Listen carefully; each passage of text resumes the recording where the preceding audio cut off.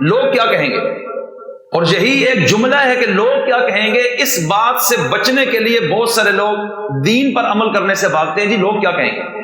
تو لوگوں نے کیا کہنا ہے، زندگی اور موت اور عزت اور ذلت کس کے ہاتھ میں؟ اب کہتے ہیں میرے دل میں وہ باتیں آ رہی ہیں کہ نہیں، میرے جیسا مرد، دلیر، عقل مند، جنگجو اس طرح کسی کے نیچے لگے، یہ نہیں ہو سکتا، میری اتنی عزت ہے، اور یہ لوگ کل کیا کہیں گے، کس نے کلمہ پڑھ لی ہے۔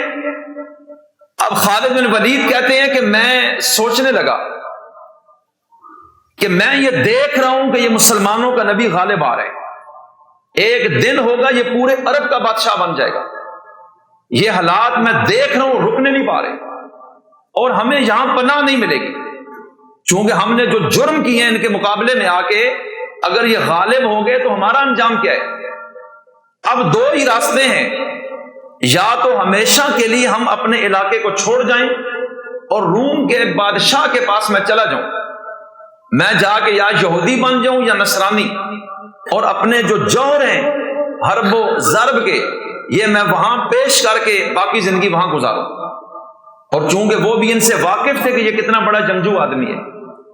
اب یہ کہتے ہیں کہ ایک چیز تو یہ تھی میرے ذہن میں کہ مسلمانوں کا نبی آج مکہ میں آیا، دوبارہ بھی آ جائے گا، اب تو رکنے والی کہانی ختم ہے، 10 سال کا معاہدہ ہو چکا ہے، لڑائی بندی ہے، جنگ بندی ہو گئی ہے۔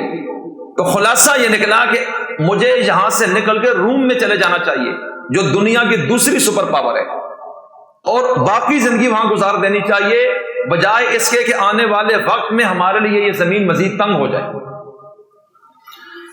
این اس کیفیت میں وہ سوئے، کہتے ہیں جب میں سویا تو مجھے خواب آئی ہے، میں یہ دیکھتا ہوں کہ تنگ گلیاں ہیں، اور میں ان گلیوں میں گھسا ہوں اور مجھے راستہ نہیں مل رہا، میں بھاگ رہا ہوں لیکن گلیاں تنگ ہیں، راستہ بند ہے۔ پھر میں آگے نکلا تو کھلا سبزہ اور ماحول پیدا ہو گیا۔ بس میں جب اٹھا تو مجھے سمجھ آئی کہ میں جن گلیوں کی طرف بھاگنا چاہ رہا ہوں ان سے مجھے پناہ نہیں ملے گی، کہ اس شخص کی حکومت ان ملکوں میں بھی آ جائے گی، تو بھاگنے کا فائدہ نہیں، بہتر یہ ہے کہ میں واپس مدینہ جاؤں اور کلمہ پڑھ کے رسول کائنات کا غلام بن جاؤں۔ بس یہ وہاں سے ایک ایسی ہدایت کا ایک راستہ کھلا۔ اب خالد بن ولید کہتے ہیں کہ میرے ضمیر نے مجھے اس خواب کے بعد اس بات پہ راغب کر دیا کہ خالد حق کے مقابلے میں نہ کھڑے ہو، اس شخصیت نے رکنا نہیں، چھا جانا ہے۔ ہم نے پوری کوششیں کی ہیں لیکن ہماری ہر تدبیر اس کے سامنے نیچے جا رہی ہے، آنے والا ہر لمحہ اس کے حق میں جا رہے ہیں، قبائل کے قبائل اس کے پیچھے جا رہے ہیں، پورا عرب اس شخص کے سامنے مسخر ہو رہے ہیں، سرداروں کے سردار، اور حتیٰ کہ حبشہ کا بادشاہ نجاشی بھی کلمہ پڑھ کے اس کا تابعدار بن گئے۔ تو یہ تو ملکوں کے ملک اس کے قدموں میں جا رہے ہیں، لہذا چھپنے کا راستہ نہیں ہے۔ خالد بن ولید نے سوچا کہ اگر مدینہ جاؤں تو کس طرح جاؤں، اپنے 2-4 دوستوں یاروں سے مشورہ کروں گا، ایسے نہیں جاتا۔ اب وہ وہاں سے اٹھے، ایک شخص ہے جس کا نام ہے صفوان بن امیہ، اور وہ بڑا یار تھا، اس سے ملاقات کی کہ یار دیکھو برف پگھل رہی ہے، حالات ان کے حق میں جا رہے ہیں، دن بدن اس شخص کا حلقہ بڑھتا جا رہا ہے، اور آج وہ مکہ میں بھی پہنچا ہے، بہت جلد وہ مکہ کو لے جائے گا، پناہ نہیں ہے کسی کی، تو کیوں نہ ہم اس دین کو قبول کر کے ان کے ساتھی بن جائیں۔ صفوان بن امیہ نے کہا میں سوچ بھی نہیں سکتا، اس لیے کہ اس کا باپ اور بھائی میدان بدر میں مسلمانوں کے ہاتھوں قتل ہوئے تھے۔ اس نے کہا جی سوال ہی پیدا نہیں ہوتا کہ میں کلمہ پڑھوں۔ اب یہ یہاں سے اٹھے، اپنے دوسرے دوست اکرمہ بن ابی جہل سے ملے، اور وہ ابو جہل کا بیٹا ہے، ان کو کہا کہ میں تو جا رہا ہوں مدینہ، کیا خیال ہے؟ اس نے کہا میں نے بھی کلمہ نہیں پڑھنا۔ بعد میں اللہ نے توفیق دی، انکار کر دیا، اور ذہن میں یہ تھا کہ میرے باپ سردار مکہ ابو جہل کو ان لوگوں نے مکہ میں قتل کیا ہے، مدینہ میں میدان بدر میں کیا تھا، تو اندر ایک آگ تھی کہ میں کیوں کلمہ پڑھوں ان کا۔ اب انہوں نے بھی انکار کیا۔ اب یہ کہتے ہیں کہ میں نے گھوڑا لیا کہ میں نے تو جانا ہے۔ پھر ذہن میں ایک اور میرا دوست آیا جو میرا جگری یار ہے۔ طلحہ کون ہے؟ یہ وہ شخص ہے جس کے پاس خانہ کعبہ کے دروازے کی چابی تھی، اور یہ اتنا بڑا اعزاز تھا عرب میں، جس کے پاس خانہ کعبہ کے دروازے کی چابی ہو، یہ اتنی بڑی عزت پورے عرب میں تھی کہ اس کے بغیر کوئی داخل نہیں ہو سکتا تھا خانہ کعبہ. اور ہجرت سے پہلے ایک مرتبہ اللہ کے رسول علیہ السلام نے عثمان بن طلحہ سے یہ کہا تھا کہ میرا دل کر رہے کہ خانہ کعبہ میں اللہ کی عبادت کروں، تم چابی مجھے دو، میں اندر جانا چاہتا ہوں. اس نے کہا یہ ہو ہی نہیں سکتا، میں آپ کو کیوں چابی دوں؟ آپ نے فرمایا کہ پھر ایک بات سن لو، ایک دن آئے گا کہ جہاں میں کھڑا ہوں یہاں تم ہوگے، اور جہاں تم کھڑے ہو وہاں میں ہوں گا. چابی میرے ہاتھ میں ہوگی اور میں جسے چاہوں گا عطا کروں گا. اس وقت عثمان بن طلحہ نے کہا کہ وہ وقت اس وقت آئے گا جب عرب لوگ ذلیل ہو چکے ہوں گے، تب چابی آپ کے ہاتھ میں آئے گی. میرے نبی نے فرمایا نہیں، یہ وقت تب آئے گا جب عرب والوں کو عزت مل چکی ہوگی، تب وہ دن آئے گا، اور یہ بہت جلد آنے والا ہے. آج اسی عثمان بن طلحہ سے خالد بن ولید ملتا ہے، کہنے لگے عثمان تم میرے بچپن کے یار ہو، کلید بردار کعبہ ہو، میں مدینہ جانا چاہ رہا ہوں. یہ ایک خط بھائی نے دی ہے، مسلمانوں کے پیغمبر نے یہ جذبات بھی میرے بارے میں رکھے، ان کی خواہش ہے کہ ہم ان کے ساتھ ہو جائیں، میرا ارادہ ہے، کیا کہتے ہو؟ عثمان بن طلحہ نے کہا جی بالکل ٹھیک ہے، اگر آپ ان کا کلمہ پڑھنا چاہتے ہیں تو ہم بھی ان کا کلمہ پڑھنا چاہتے ہیں. اب وہ حضور کی بات پوری ہونے کی طرف چل رہی ہے جو آپ نے کئی سال پہلے فرمائی تھی، ہجرت سے پہلے. درمیان میں کتنے سال گزر گئے. اب یہ دونوں چلے، کافی آگے جا کے ایک مقام پر ایک تیسرا شخص نے ملا جن کا میں نے ابھی ذکر کیا ہے، حضرت عمر بن عاص. پورے عرب میں 4 لوگ ایسے تھے جن کا دماغ سب سے زیادہ تھا، پورے عرب میں ان جیسا دماغ کسی کا نہیں تھا، جس میں ایک عمر بن عاص تھے. انہوں نے 20 ہجری میں مصر فتح کیا، 22 میں اسکندریہ، 23 میں طرابلس فتح کیا. اللہ کے رسول نے ان کو اپنی زندگی میں جب یہ مسلمان ہوئے، حضور نے اپنی وفات تک عمان کا ان کو گورنر بنایا، اور بعد میں صدیق اکبر کے دور میں، حضرت عمر کے دور میں وہ کارنامے انجام دیے کہ تاریخ انسانی کا اثر ہے. اور یہ ان 4 بڑے دماغوں میں سے ایک بڑا دماغ عمر بن عاص بھی تھا. خالد بن ولید اور عثمان بن طلحہ چلے، رستے میں آگے جا کر عمر بن عاص کو دیکھ لیا، آپس میں دوست سے، تم کدھر؟ اس نے کہا تم کدھر؟ راستہ تو مدینے کا تھا. عمر بن عاص تو عقل والے آدمی تھے، سمجھ گئے، کہتے ہیں جدھر تم جدھر ہم بھی ادھر. کہا کلمہ پڑھنا چاہتے ہو؟ کہا جی. کہا پھر ہم بھی ادھر ہی جا رہے ہیں، چلو تینوں چلتے ہیں. اب یہاں سے جب یہ نکلے، مدینہ منورہ سے پہلے باہر کی طرف یہ رکے. ان تینوں نے غسل کیا، انہوں نے کپڑے تبدیل کیے کہ ہم صاف ہو کر، نہا دھو کر، اچھے لباس سے مسلمانوں کے نبی کے پاس پہنچے.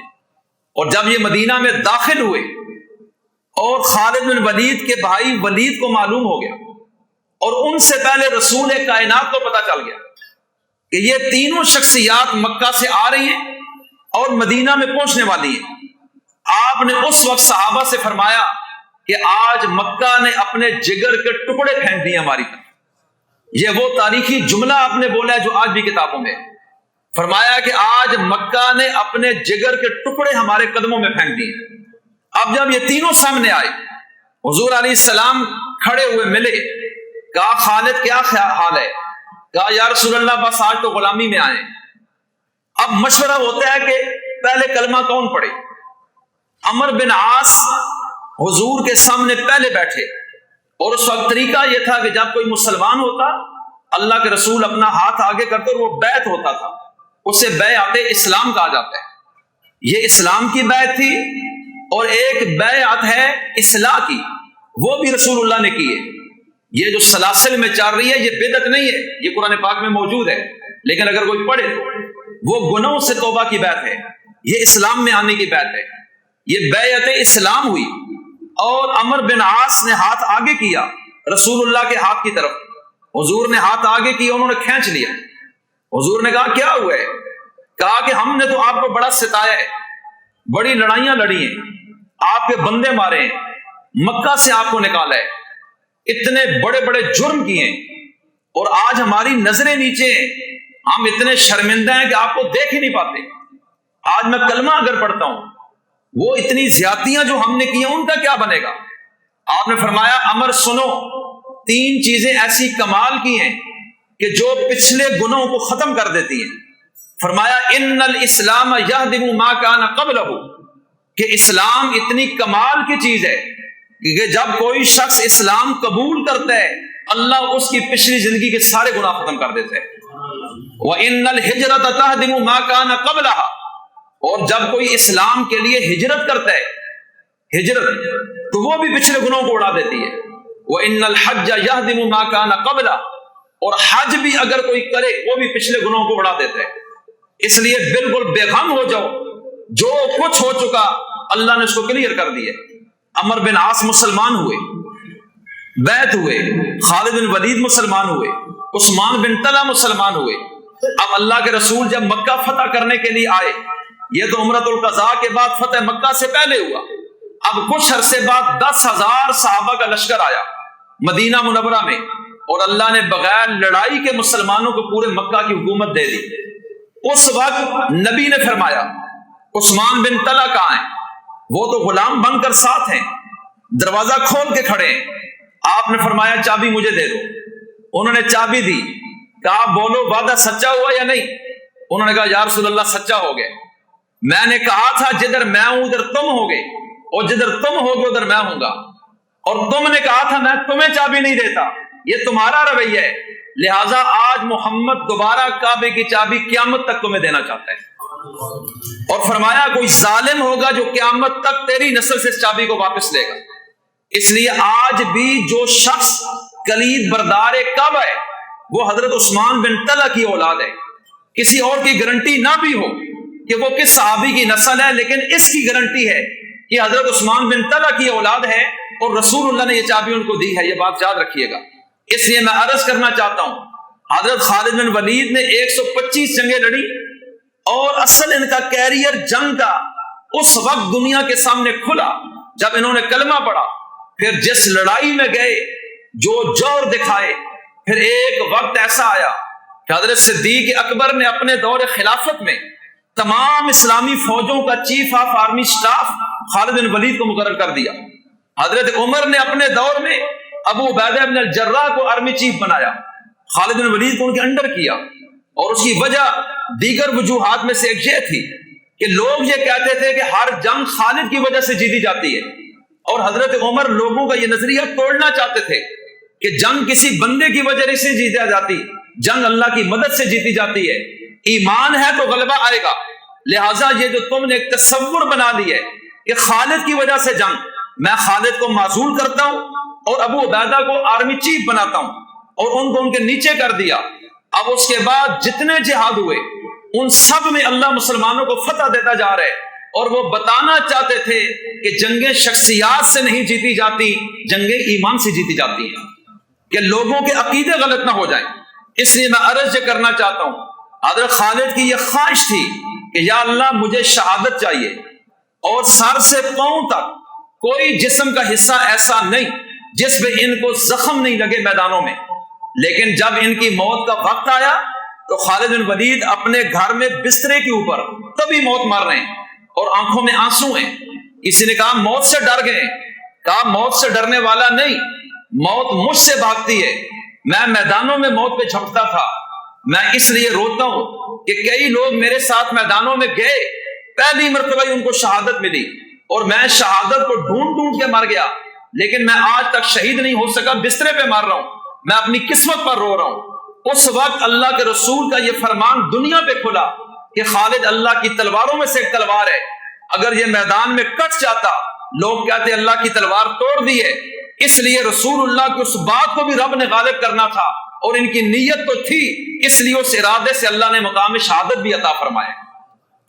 علامہ جلال الدین سیوطی فرماتے ہیں، اب یہاں ایک چیز ذرا رک کے دیکھیں اور سنیں اور سمجھیں اس پہ، کہ خالد بن ولید جیسا عقل مند، اتنا بڑا جنگجو، کہ جب خالد بن ولید فوت ہوئے، توجہ رکھیے، تو حضرت صدیق نہیں، ایک موقع پر حضرت صدیق اکبر نے یا حضرت عمر کا یہ جملہ ہے، غالباً ابو بکر صدیق نے، کہ خالد بن ولید جیسے بیٹے جننے سے اب مائیں عاجز آ چکی ہیں۔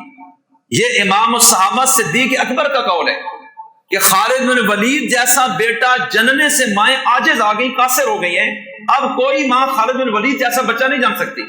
یعنی یہ اتنے کمال کے آدمی، ان کے جور، ان کی پلاننگیں، ان کی تدبیریں، ان کے منصوبے، ان کی جاسوسی، ساتھیوں کو جوڑ کے رکھنا، دشمن کی چالوں کو ایڈوانس پہچان کر ایڈوانس اپنے مشوروں میں ان کا توڑ کر کے میدان میں اترنا اور تھوڑے لشکر کو لے کر بڑے لشکروں پر غالب آ جانا۔